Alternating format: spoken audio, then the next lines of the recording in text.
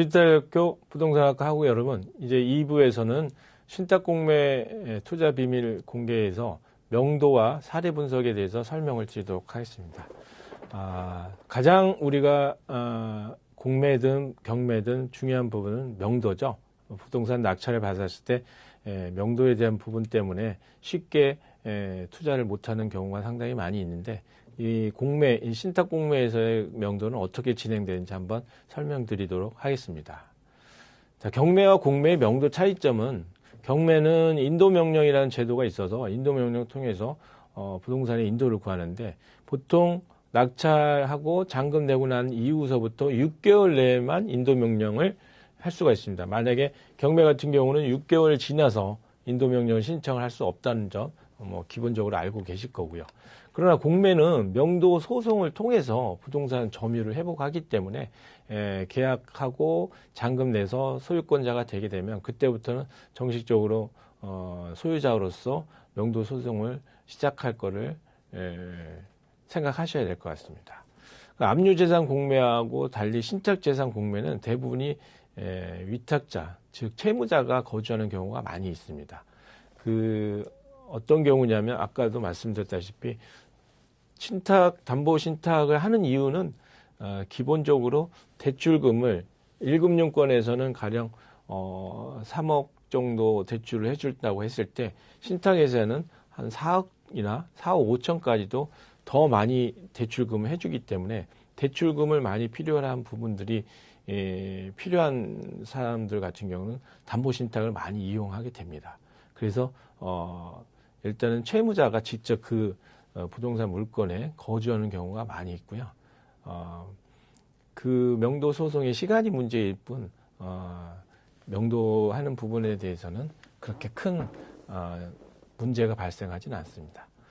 그리고 네 번째로 점유 이전 가처분으로 명도 소송을 시작하게 되기 전에 점유 이전 가처분 먼저 시작을 해가지고 위탁자를 좀 압박을 하게 되면 대부분의 위탁자들이 협상 테이블에 나와서 언제까지 이사를 하겠다라는 이런 부분들하고 협의를 하게 됩니다. 참고로 지금 이제 저를 인터넷에서 공매 전문가로 검색을 해가지고 어떤 40대 여성분이 한 2년 전에 저한테 연락을 해온 적이 있습니다. 그 부분은 어떤 내용이었냐면 잠깐 말씀을 드리겠습니다. 본인이 대출금을 많이 받기 위해서 자기 소유의 빌라였는데 평수가 좀 상당히 컸습니다. 한 32평형 빌라였는데 신축 빌라였죠. 그래서 담보 신탁으로 해가지고 대출금을 많이 받아서 가진 돈은 얼마 안 가지고서 이제 부동산을 취득을 했는데 경기가 어려워지다 보니까 이자를 못 내고 그래서 신탁회사에서 바로 공매를 처분해가지고 진행하겠다고 이제 얘기가 왔는데 자기네들은 여기서 좀 더 살고 싶은데 어떤 방법으로 좀 살 수 있는 방법이 있겠느냐라고 이제 자문을 구한다고 해가지고 제가 답변을 드렸죠. 지금 2020년도쯤이었을 겁니다. 시간이. 근데 그때 당시는 상당히 지금 부동산 가격이 많이 올라가고 있는 상황이라서 만약에 이게 신탁 공매로 진행이 된다고 하게 되면 좀 빠른 시간 안에 이게 낙찰이 돼서 끝날 것 같다. 그러니까 그거는 좀 염두에 두셔야 될 것 같은데, 그래도 일단 한번 공매가 진행되고 난 이후에 또 필요한 부분이 있으면 연락을 달라고 이제 전화를 끊었는데요. 불과 2달 만에 다시 이제 그 여성분이 전화가 왔어요. 와가지고 정말 대표님 말씀대로 이렇게 순식간에 낙찰이 돼가지고 끝날 줄을 몰랐다. 만약에 법원 경매로 들어가게 되면 한 1년이나 1년 6개월 정도 시간이 걸리기 때문에 그 시간 동안은 거주할 수 있는 시간이 있을 줄 알았더니 신탁 공매로 진행하다 보니까 이렇게 빨리 이자 안 낸 지가 2, 3개월밖에 안 됐는데 바로 공매 처분이 될 줄은 몰랐다. 이제는 어떻게 해야 되냐. 낙찰자가 지금 낙찰 받았다고 연락까지 왔다. 라는 이제 얘기를 하시면서, 가령 이제 이사 비용이라도 좀 받으면, 나갈 수 있는 상황이 될 수 있겠냐라고 이제 말씀을 하셔서, 낙찰자하고 잘 협의를 하시게 되면 아마도 그 이사 비용에 대한 부분들은 좀 보존을 해 주시지 않을까 생각합니다. 그래서 잘 한번 협의를 한번 해 보시지요. 라고 이제 조언을 드렸는데, 한 보름 있다가 아침 일찍 그분이 전화가 오신 거예요. 그래서, 무슨 이제 숨가쁜 소리로 우시면서 막 얘기를 하시는데, 아니, 낙찰자가 자기 집에 이렇게 했는데 이건 너무한 거 아니냐라고 이제 얘기를 하시면서 사진 한 장을 보내주시더라고요. 그래서 딱 사진을 봤더니 현관문에 경고문 해가지고 A4 용지로 출력을 해서 파란색 그 박스 테이프로 쫙 그것도 집 앞에 현관문에다가 그거를 낙찰자분이 붙여놓으셨더라고요. 상당히 저도 그 사진을 봤을 때 당황스럽고 어떻게 이렇게 낙찰을 받아가지고 명도를 하나라는 생각이 많이 들었고요. 그래서 저도 좀 흥분한 상태에서 그 여성분한테 당장 경찰한테 신고해가지고 그 부분에 대해서 사진을 찍어가지고 증거를 남겨놓고 이거는 명예훼손이라든지 아니면 모욕이라든지 고소를 해가지고 처리를 해야 될 것 같다. 이 부동산에 대한 부분은 민사일 뿐이지 어떤 이 상대방에 대한 부분들을 무시하거나 명예를 훼손할 만한 행위를 해서는 안 되죠. 그래서 이제 그런 부분들 때문에 경찰서에 고소까지 했고 또 이제 경찰서에서 이제 출동해가지고 이제 뭐 현장 사진 같은 경우도 다 찍고 해서 이제 이게 사건화가 됐습니다. 그래서 이제 경찰이 직접 그 낙찰자한테 전화를 해서 이건 너무한 것 같은데 지금 고소가 접수가 됐고 너무한 것 같은데 와가지고 지금 이쪽 고소인하고 잘 협의를 해서 마무리를 해라. 그렇게 이제 말씀을 해서 얼굴이 하얘져가지고 낙찰자분이 왔다고 얘기를 하더라고 경찰서에 와서 보니까 한 30대 초반의 남자였는데 그 부분에 이제 뭐 백배 사죄를 하고 이사 가는 날까지 뭐 이제 저기 하는 걸로 이제 상호 합의가 됐다고 해요. 그래서 원래는 그 여성분이 이사 비용을 한 300만 원 정도만 주면 자기는 이사를 할 생각을 갖고 있었는데 그러한 행위 자체로 인해서 결국은 어떻게 처리가 됐냐면 500만 원에 합의를 했다고 얘기를 하더라고요. 그래서 저는 솔직하게 봤을 때 1000만 원도 더 받을 수 있는 사건이었는데 500만 원을 왜 받으셨냐. 명예훼손 당하신 부분도 좀 받으셔야 될 거 아니에요. 위로금을. 그랬더니 그 여성분께서도 자기는 세상을 그렇게 살고 싶지는 않아서 자기가 할 수 있는 부분들까지만 진행을 해봤다. 그러니까 그 500만 원이 사실은 전부 다 500만 원 가지고서 이사도 해야 되고 또 어디 새로운 이사 갈 집에 보증금 보통 이제 뭐 300에 30이라든지 320짜리를 찾겠죠. 그런 부분들을 찾아서 가야 되기 때문에 거기까지만 해줘도 사기는 상당히 도움이 되는 부분이라고 이제 해소했던 사항이 있겠습니다. 그래서 이제 제가 봤을 때는 경매를 배우고 공매를 배우는 이 사람들이 상당히 많이 있는데 글로서만 배우면 안 되죠. 사람의 인간관계, 인성이 먼저 제대로 되어 있어야지 이런 명도에 대한 부분들 같은 경우도 처리할 수가 있다라고 생각을 합니다. 그 명도에 대한 기본 마음가짐은 그래서 명도는 이제 공무원 스타일로 상대방을 대하면 좋다라고 이제 표시를 했는데요.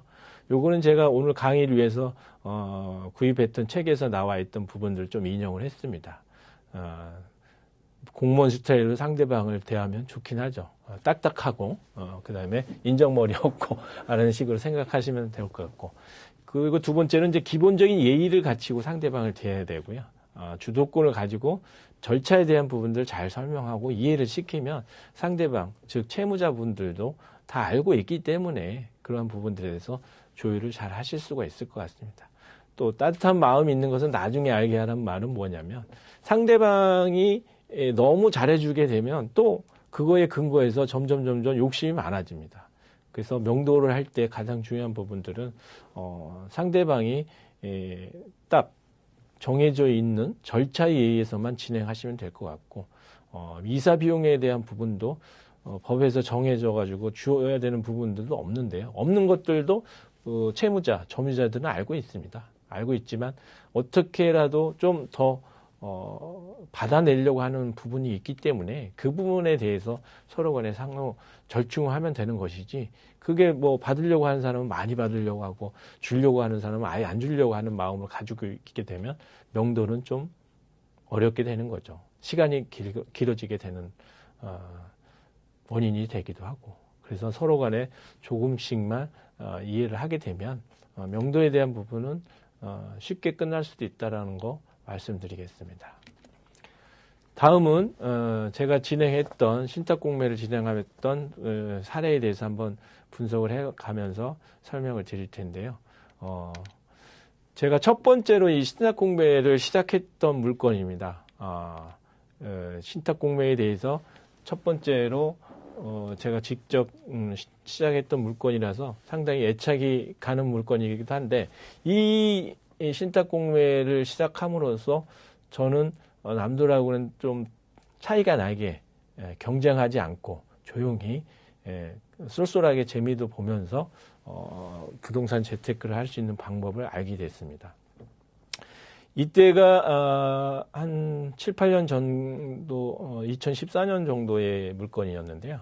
이때 이제 양천구 신정동에 있는 그 근린생활시설 물건이었습니다. 그때도 마찬가지로 온비드에서 이제 공매가 공고가 됐었고요. 이거는 현장에서도 현장 공매도 실시했고 안 팔리니까 온비드 공매를 통해서도 팔다가 수차례 유찰을 통해 가지고 물건이 매각이 되질 않았던 물건입니다. 여기 지금 나와 있는 건 감정평가 금액이 6억 2,167만 원으로 기재가 되어 있는데요. 이 정도의 아마 감정평가가 되어 있던 물건입니다. 요거가 이제 떨어져 가지고 얼마까지 떨어졌냐면은 3억 3천까지 떨어져 있는 물건이었는데 이 물건에 대해서 이제 제가 입찰을 시도를 하게 된 이유는 제 친구가 2013년도서부터 제가 부동산을 하고 있으니까 한 소액으로 부동산 투자할 수 있는 물건이 있으면 상가를 하고 싶다. 꼭 자기한테 그 물건 하나를 해달라고 이제 1년 전서부터 부탁을 했습니다. 근데 이제 소액으로 투자할 만한 물건들이 이렇게 많지는 않았어요. 이 친구가 가지고 있던 돈은 한 3천에서 5천 정도, 그 정도 금액 가지고서 투자할 수 있는 부분에 대한 물건을 찾고 있었는데 쉽지 않았죠. 그때 당시에 물건들이 상당히 부동산이 올라가고 있는 시기였고, 그 마땅한 물건이 없던 차에서 이제 그 머릿속에는 항상 이 친구한테 제가 부동산 물건 하나를 해줘야 되겠다는 생각을 갖고 있기 때문에 찾던 중에서 이 물건이 딱 발견이 됐어요. 그래서 현장 조사를 나가가지고 알아봤더니 요 정도 물건이면 월 180만 원에서 200 정도는 받을 수 있는 임대료를 받을 수 있는 물건이다라는 건 이제 부동산 공인중개사 분들을 만나가지고 알게 되었죠. 그래서 시장 상황도 판단을 해보고 그래서 근데 대부분의 그 부동산 공인중개사 분들도 이 물건이 공매로 계속 진행이 되고 안 나가고 있고 잘 안 팔린다는 건 알고 계시는데 저 물건을 어떻게 취득하는지에 대한 부분들은 방법을 잘 모르시고 계시더라고요. 그래서 저 물건이 또 공매가 되고 있는지에 대한 부분들도 모르고 계셨고 이게 현장에 있는 상가의 모습입니다. 요게 이제 오랜 시간 동안 이렇게 방치가 되어 있었는데 방치된 이유는 이 건물을 지으면서 시공업자가 여기다 유치권을 행사를 해가지고 좀 문제가 있었나 봐요. 그런데 이제 시간이 흐르면서 유치권은 다 소멸이 됐고 다 나갔는데 그것 때문에 이제 사람들이 유치권이 있어서 힘들 거야, 뭐 할 거야 하는 생각들 때문에 입찰을 꺼려했던 물건이었죠. 그리고 그 당시에 이제 입찰 가격 금액도 수익률이 6억대의 낙찰을 받게 되면 180에서 200 정도 월 받는 임대료 가지고서는 상당히 좀 맞지 않는 부분이니까 입찰을 꺼려했던 것은 사실입니다. 그래서 이제 저희가 입찰에 참여를 바로 수의계약을 할 수가 있으니까 신탁사에 연락을 해서 친구와 같이 가가지고 수의계약을 진행을 했고요. 수의계약을 할 때도 큰 무리 없이 진행을 했기 때문에 그리고 친구는 이게 너무 쉽게 이게 계약이 이루어지니까 자기가 봤을 때 이거 잘못 투자하는 거 아니냐라는 이제 생각도 할 수도 있었겠죠. 그래서 이거는 물건을 지금 매입하는 것뿐만 아니라 나중에 향후에 관리까지 해가지고 매각까지도 내가 책임지고 매각을 해줄 테니까 그런 거에 대해서는 걱정하지 말아라라는 이제 신뢰 관계를 가지고서 이게 시작이 됐었습니다. 그래서 이제 낙찰을 받고서 이 부분은 임대사업자를 내니까 바로 또 3억 3천에 지금 우리가 계약을 했는데 부가세를 환급을 받습니다. 임대사업자를 내게 되면 부가세가 한 2,500 정도가 그때 당시 환급을 받았던 걸 기억을 하고요. 바로 또 이 좀 바깥의 외관이라든지 부분이 안 좋아 보이기 때문에 임차인이 수리를 다 해가지고 들어오는 조건을 해서 저렴하게 준다 해서 3천에 180만 원의 임대차 계약을 맺게 됩니다. 이런 식으로 이제 그 상가 임차인 분이 이제 들어왔죠. 그래서 요 우량한 임차인을 넣다 보니까 약 한 5년 정도 임대 수익을 냈는데 이 3억 3천 구성에서 여기에서 이제 임차 보증금 3천만 원 하고 부가세 환급분 2,500을 제하고 나니까 약 한 2억 4, 5천 정도 금액이 필요한 부분이 있었는데 이 친구가 이제 또 대기업에 다니는 친구다 보니까 신용이 좋아서 여기 낙찰가의 80%까지가 또 대출이 가능했어요. 그 당시에. 이율도 2.5% 정도 됐나요? 하다 보니까 실질적으로 이 친구가 뭐 이 물건을 하면서 투자한 돈은 그게 몇 천만 원 되지 않았습니다. 그런데 이율이 낮다 보니까 한 달에 여기 180만 원 임대 수익 받아가지고 이자 내도 한 달에 한 100만 원 정도는 뭐 수익을 챙길 수가 있었어요. 이 물건을 한 5년 정도 갖고 있었으니까 임대료 수입만 해도 상당하죠. 그리고 파는 시점도 한 2020년도에 이제 매각을 했었는데 2020년도에 매각할 때 상당한 또 매각 차익도 얻으면서 매각을 했던 사항이고. 근데 이제 기본적으로 아까 말씀드렸다시피 이렇게 남들이 아무리 쳐다보지도 않던 부분에 대해서 과감하게 투자할 수 있고 투자하는 이유는 정확하게 현장 조사하고 시세 분석을 통해 가지고 믿음을 가지고서 진행을 했다라는 겁니다. 그리고 향후 부동산이 상승기에 있을 때 반드시 그 매각을 해가지고 정리를 해줘야 된다라는 기본적인 방침도 가지고 있었고 그래서 이 친구는 단 한 건이긴 하지만 저를 통해서 부동산 투자를 해가지고 아주 성공을 해가지고 재미를 많이 봤던 친구죠. 물론 이제 다른 부분에서도 계속 부동산 투자를 이 건 때문에 시작을 하게 된 기회가 되긴 했고요. 그래서 이제 아주 좋은 성과를 냈던 사례이기 때문에 말씀을 드립니다. 여기서 꼭 제가 말씀드리고 싶은 거는 수많은 사람들이 입찰을 꺼려하고 유찰이 되어가지고 수의계약으로 진행했다는 그 부분입니다. 본인이 확실한 시장 판단과 어떤 부동산에 대한 감이 있으면 수의계약으로 진행하실 수 있다는 거 꼭 기억하시면 좋을 것 같습니다. 다음 물건은 또 수의계약입니다. 저는 이제 경쟁 입찰을 잘 하지 않는 편이고요. 수의계약이 있으면 수의계약을 주로 잘 하는데 이 물건은 이제 서초구 내곡동에 있는 물건이었는데 지금부터 한 3년 전에 진행했던 물건입니다. 이 물건은 내용은 뭐냐면 약 100평 정도의 내곡동에 있는 나대지입니다. 토지입니다. 근데 여기서도 왜 유찰이 계속되고 수의계약으로밖에는 팔 수 없는 사항이냐는지 한번 살펴보게 되면요. 공고란에 보게 되면 현장조사 필수, 첨부, 공매 공고 필독이라고 해가지고 현장에 반드시 가봐라. 가보지 않고 입찰하지 마라 하는 이유가 있었습니다. 그다음에 공매 공고에 어떤 식으로 나와 있냐면 여기에 지금 펜스가 쳐 있는 부분에 보일 거고요. 공사를 하려고 하다가 어디 건설 시공회사가 가지고 있던 물건이었는데 시공회사가 이제 이 물건을 개발해가지고 분양을 하려고 하다가 자금난에 봉착해서 신탁으로 이제 진행이 되었던 부분이에요. 신탁 공매로. 근데 이 신탁회사가 토지에다가 펜스도 쳐놨고 시건장치도 했고 점유를 가지고 있기 때문에 이 점유를 탈환하기가 쉽지 않아 보였던 거죠. 저기 하는 부분에 대해서. 그리고 현장 조사 나가봤더니 이미 이제 현장을 들어가지 못하게 시건장치로 해가지고 펜스를 쳐놨고 그 다음에 건축허가까지 나와 있는 상황이기 때문에 이 물건을 받아가지고 쉽게 할 수 있는 사항들은 아니었습니다. 그래서 일반인들은 이 물건에 대해서 쉽게 선뜻 투자하기가 만만치 않았던 거죠. 이런 여러 가지 이유 때문에 이 물건은 계속해가지고 유찰이 됐던 거고, 그래서 낮은 가격까지 떨어졌던 겁니다. 이 물건이 지금 이 당시에 평가됐던 금액이 19억 3,700으로 감정평가가 되어 있는데요. 이게 부동산이 한창 오르기 전에 감정되어 있던 금액입니다. 이게 100평 정도가 되니까요. 평당 뭐 1,900만 원 정도.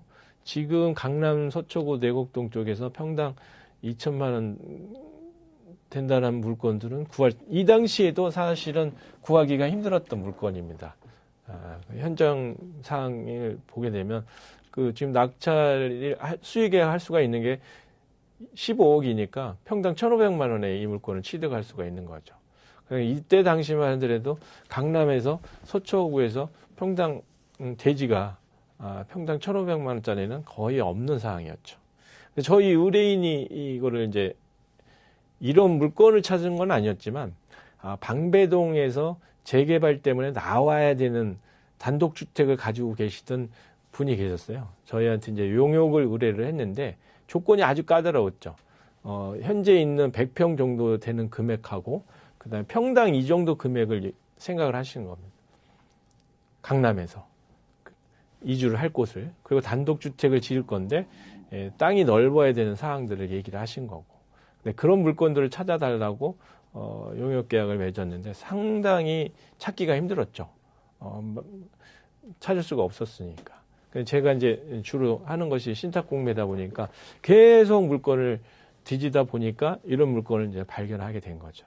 그래서 바로 이제 저희 의뢰분한테 연락을 해서 한번 보시자 해가지고 봤더니 물건 위치라든지 저기 한 부분들이 마음에 드는데 또 나대지다 보니까 자기가 원하는 방식으로 건축을 할 수 있다는 이점이 있어서 그럼 당장 그냥 계약을 하는 걸로 진행을 하자. 그렇게 이제 협의가 돼서 낙찰을 받았던 상황입니다.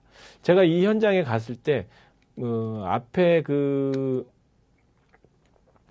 요렇게 이제 공매 공고 감정평가에 보면 요렇게 지금 나대지 상태로 방치가 되어 있는 상태가 있다라는 걸 이제 표시를 되겠죠.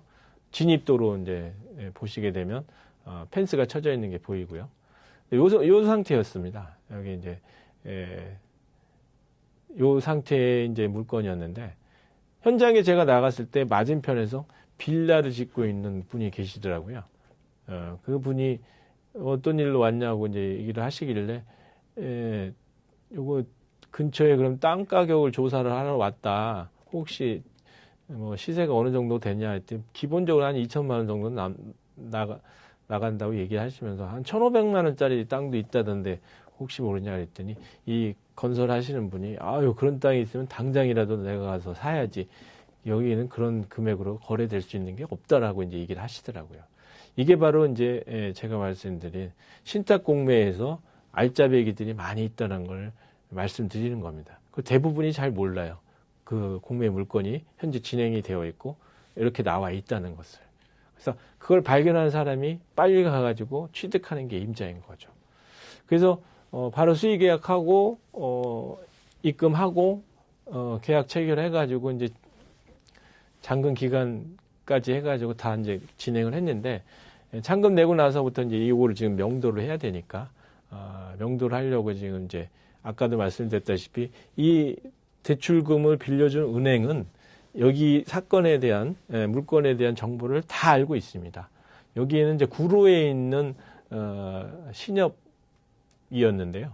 그 신협 담당자하고 통화를 통해서 전반적으로 이 물건의 상태에 대해서 많이 알게 됐죠. 그래서 어떻게 해결할지에 대한 해결 방법도 얻었고, 그래서 잔금 치르고 나서 그분한테 연락을 해가지고 모든 것을 다 협조를 받아서 진행을 했습니다. 진행을 하고 끝났는데 이 건축 매수하신 분이 이제 건축을 하려고 하다 보니까 건축허가가 살아있는데 이거 말소가 안 돼 있다 하고 이제 황급히 이 전화가 연락이 오셔가지고 놀래서 이거 어떡하냐, 잘못 받은 거 아니야, 이래서 이것 때문에 이 물건이 이렇게 떨어졌던 거 아니냐 이제 얘기를 하시길래 그거는 서초구청하고 협의를 해가지고 잘 마무리가 돼서 끝났던 상황이 있습니다. 그것도 담당자, 서청, 구청 같은 경우도 담당자가 잘 모르는 부분들이 있어요. 법적인 지식을. 그래서 그 법적인 지식을 가지고서 구청 담당자하고 소통하게 되면 무난하게 해결을 될 수가 있는 부분인데, 그런 부분들은 여러분들이 이제 부동산 투자하시면서 필살기로 가지고 계셔야 되는 부분들이죠. 공부를 하시면 알게 되지만 공부하지 않으면 모를 수 있는 부분들이기 때문에, 그래서 현장에서 이루어지는 부분들을 많이 접해 보시고 공부를 해 나가시면 도움이 될 것 같습니다. 그래서 이분이 이제 결국은 이런 식으로 자기가 원하는 건물을 지었고요. 제일 중요한 부분이 이 하얀 건물 앞에 보시게 되면 소나무 두 그루가 있는데, 이 소나무 두 그루가 상당히 가격이 많이 나가는 귀한 소나무라고 하십니다. 그래서 방배동에서 이쪽으로 이사를 오시게 되면서 저 소나무를 심을 수 있는 땅을 찾아달라고 얘기를 하시는데, 결국은 그분의 소원을 이루어진 거나 마찬가지죠. 그래서 이런 소나무가 한 그루에 한 1억 5천? 그 정도 되는 소나무라고 해요. 귀하기도 하고 또 이게 생장할 수 있는 좋은 조건에 대한 부분들 같은 경우가 그런 땅이 필요했는데, 마침 적당한 땅이 구해져 가지고 아주 잘 끝났던 사건이라 기억에 남아서 우리 여러분들한테 사례로 말씀을 드렸습니다. 여기서 지금 말씀드릴 수 있는 부분들은 뭐냐면, 여러 가지 이제 입찰을 꺼려하는 위험 요소 부분이 있다. 시공 현장이기 때문에, 그리고 건축허가 살아있고 그런 부분들을 극복할 수 있는 대처 방안을 가지고서 입찰하게 되면, 남들은 입찰하지 않는데 본인은 싼 가격에 저렴하게 입찰해가지고 취득할 수 있기 때문에, 그러한 부분들을 배우시면 아주 재테크에 많은 도움이 되실 거라고 판단이 됩니다. 두 번째는 이제 현장 공매할 때 현금을 준비해야 되는 이유가 있습니다. 이거는 이제 현장 공매가 가면은 보통 이제 그 즉시에서 수표로 끊어가거나 뭐 현금 또 하는 부분들이 많이 있는데, 이 부분을 왜 말씀을 드리냐고 하게 되면, 입찰을 딱 하러 가는데, 아까도 이제 그 현장 공매 물건 예를 드렸다시피 해남에 있는 8개의 물건이 지금 진행이 되지 않습니까? 가령 이제 어떤 물건에 대한 분석이 끝나서 다 하고 싶은 마음도 있을 거고, 근데 돈이 안 되니까 일단은 뭐 요것만 해야 되겠다는 생각을 하실 수도 있는 상황이 발생이 됩니다. 그러면 내가 한 물건만 가지고 입찰을 한다고 해가지고 그 입찰 보증금만 딸랑 가지고 갔더니 입찰하러 온 사람이 저 혼자예요.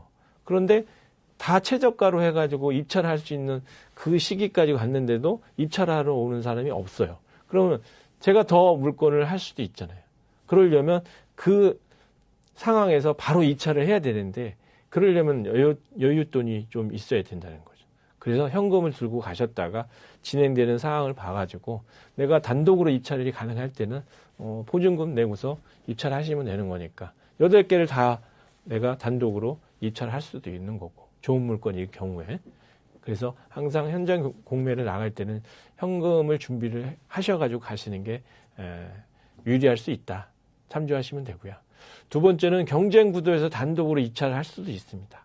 이제 공익적인 측면인데, 이런 부분들은 제가 이제 이런 방송이라든지 저기 한 부분에서는 말씀드리기는 곤란하고, 이 부분에서 상당히 재미를 많이 볼 수도 있는 부분들이 있는데, 그런 오픈하기가 상당히 힘든 부분이기 때문에 이 부분에 대해서 꼭 알고 싶어 하시는 분이 계시다고 하면 우리 조교님 통해서 제 연락처를 알 수가 있으니까 조용히 상담, 저희 사무실로 한번 아셔가지고 내방하시게 되면 이 부분에 대해서 한번 설명을 드리겠습니다.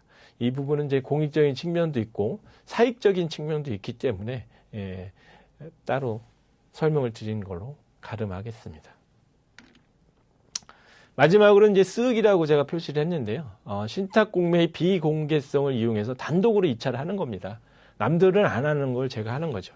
온비드 공매로 이제 비공개성이 이제 많이 공개가 되긴 했어요. 그래서 온비드에 접속해가지고 보게 된 물건들이 많이 나와 있죠. 그 신탁공매 특성상 매수인의 책임으로 된 부분이 많아서, 특히 명도 때문에 아까도 말씀드렸지만 응찰자가 많지 않은, 어찌 보면 단점이긴 하지만 어찌 보면 장점입니다. 이런 부분들을 잘 활용을 해야죠. 그래서 이러한 부분을 공략하기 위해서 법률 지식도 많이 갖추시고 경험을 한두 건을 많이 하시다 보면 신탁 공매를 통해서 다른 경매나 공매, 압류 공매 그런 부분들을 통해서도 성공하실 수는 있겠지만 신탁 공매 같은 경우는 재테크로 성공하실 수 있는 좋은 기회가 될 수도 있다는 것을 말씀을 드렸습니다. 자, 긴 시간 동안 제 강의를 들어주신 우리 디지털대학교 학우 여러분들 감사드리고요. 이 강의를 위해서 제가 참조한 부분들은 아래와 같습니다. 보이시는 화면들 참조하시면 좋을 것 같고요. 이상으로 신탁 공매 투자의 비밀 공개에 대해서 강의를 마치도록 하겠습니다. 지금 현재 부동산 시장이 상당히 좋지 않은 상황임에도 불구하고 향후 다가올 2023년에는 우리 부동산 학우 여러분들께서 열심히 공부하신 대가를 받을 수 있는 재테크가 실현되기를 희망하면서 이상 마치도록 하겠습니다. 감사합니다.